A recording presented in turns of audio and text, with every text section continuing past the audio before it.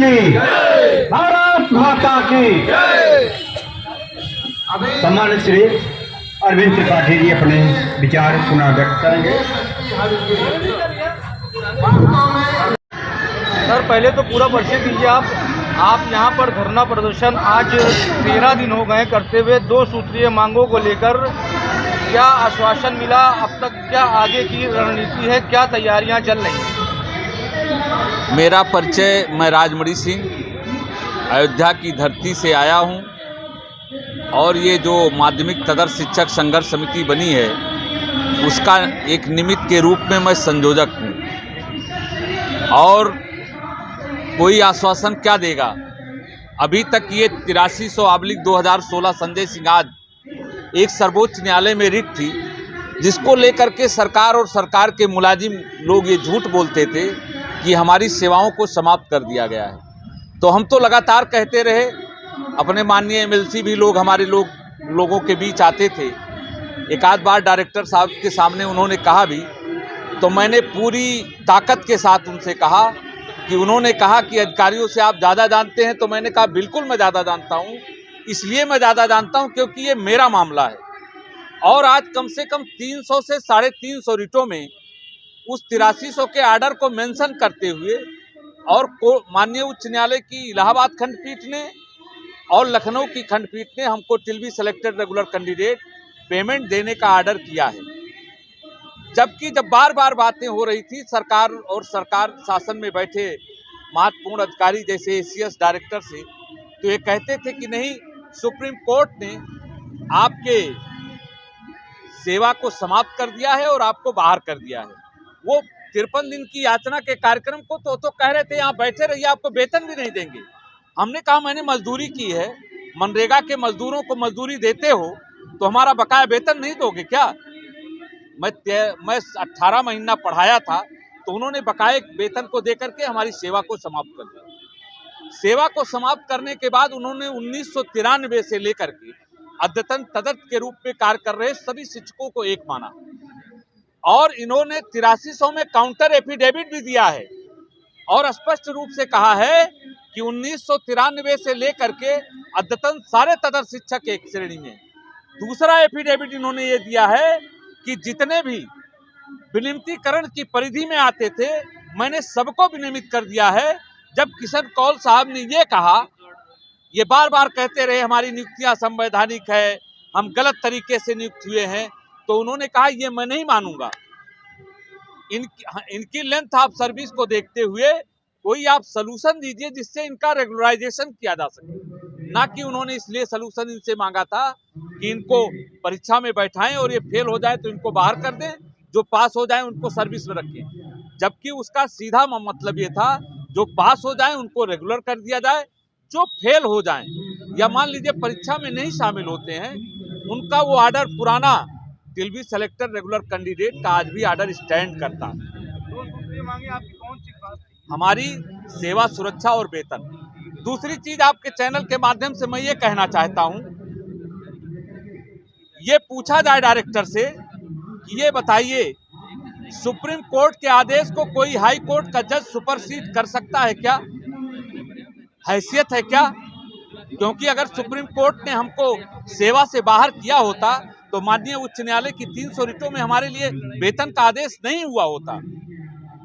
और मैं एक बार आपके चैनल के माध्यम से भी निवेदन करना चाहूंगा, करके जब हमको हिंदू होने का खामियाजा भुगतना पड़ रहा है तो हम आगे का विचार करेंगे कि इससे अच्छा कि हम पारसी हो जाते, मुसलमान हो जाते। आज ये मदरसों का वेतन रोक के दिखा दें, ये माइनॉरिटी कॉलेज का वेतन रोक के दिखा दें, वहां भी मैनेजमेंट ही नियुक्ति करता है, वहां आयोग काम नहीं करता है। महाराज जी एक बार ये भी पता कर लीजिए मदरसों में कौन नियुक्ति करता है।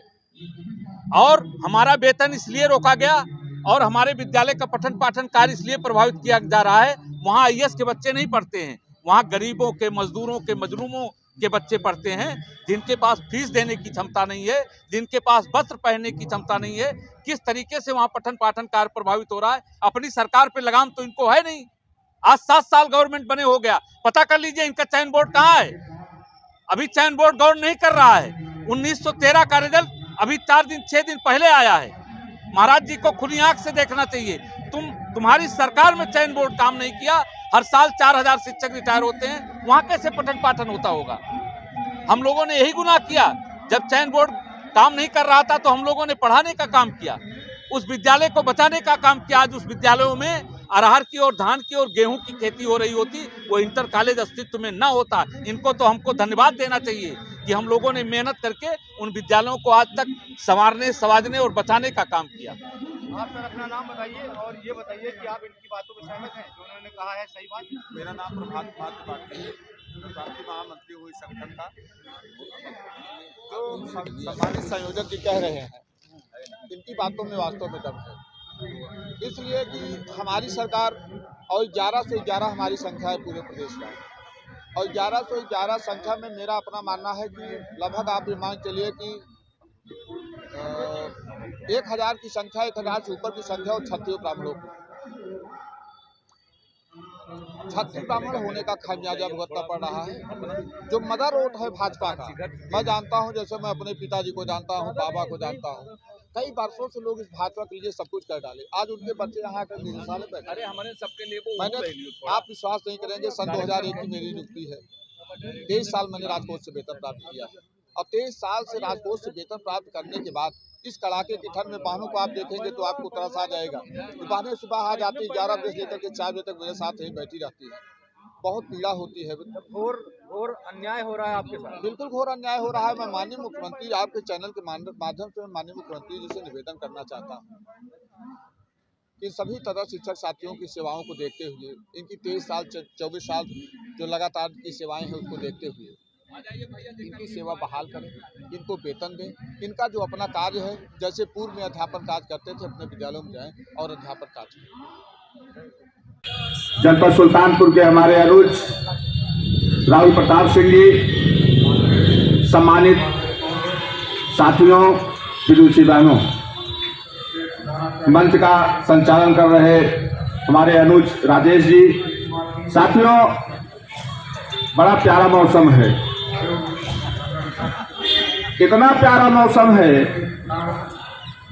कि हम तो 18 तारीख से यहाँ आचरा कार्यक्रम लगा करके बैठे हैं, और आज जब हम यहाँ पहुँचे सुबह तो हमने देखा जो हम लोगों के संरक्षक बना हुआ करते थे वो भी धरना लगाए यहाँ बैठे हुए। देखने के बाद एक बार प्रसन्नता भी हुई, लेकिन मित्रों निराशा भी है। मैं ये जानता था तो किसी भी काम को आप करेंगे मित्रों, एक झटके वो काम को आप पर जाएंगे। जैसे एक डंडा दे दिया जाए तो कोई भी तोड़ सकता है, लेकिन 4 डंडा एक साथ आपको दे दिया जाकर ये तोड़िए आप, तो आप नहीं तोड़ पाएंगे। वैसे संघे शक्ति होती है। साथियों, मौसम बहुत कोल्ड है, ठंडा है। आज बहुत सारे साथी ठंडी की वजह से ही नहीं आ पाए, लेकिन एक चीज हम आपको बता दें, मेरा ये अपना मानना है कि जितने साथी यहाँ बैठे हुए हैं उतना इंटर कॉलेज यहाँ बैठा हुआ है उत्तर प्रदेश का उतना कॉलेज बैठा है यहाँ। साथियों, वास्तव में रूपरेखा चेंज करनी पड़ेगी। 2 चीजों की चर्चाएं सबसे ज्यादा चेंज चल रही हैं, एक कोर्ट की, एक पैरवी की। साथियों, मेरी तरह मैं संगठन का कोषाध्यक्ष। सबके साथ में आप भी सहमत हैं? जी जी बिल्कुल सहमत। सर आप भी बोल दीजिए, अपने परिचय दे दीजिए। मेरा नाम राजेश त्रिपाठी है, मैं मुंडा से हूँ और 13 धरना प्रदर्शन में आप बैठे हुए हैं, आप सहमत हैं जो बातों से इन्होंने सहमत न होते तो यहाँ क्यों आते? जब तक कुछ मिलेगा नहीं तब तक यहाँ से जाएंगे भी नहीं। बिल्कुल आर पार की लड़ाई करके ही जाएंगे। मैं रमेश प्रताप सिंह, धरने से समर्थन है और अभी तो लड़ाई है, आगे बहुत लड़ाई। बहुत बढ़िया। आप बताइए सर। भाई साहब, वेतन लेने के लिए संघर्ष, और जब तक वेतन नहीं प्राप्त हो जाएगा तब तक हमारा संघर्ष निरंतर जारी रहेगा किसी भी दशा में। हमारी सेवा बहाल करो, बहाल करो, बहाल करो। शिक्षक एकता जिंदाबाद, जिंदाबाद, जिंदाबाद। शिक्षक एकता जिंदाबाद, जिंदाबाद, जिंदाबाद। शिक्षक संघर्ष समिति जिंदाबाद, जिंदाबाद, जिंदाबाद। भारत माता की जय, भारत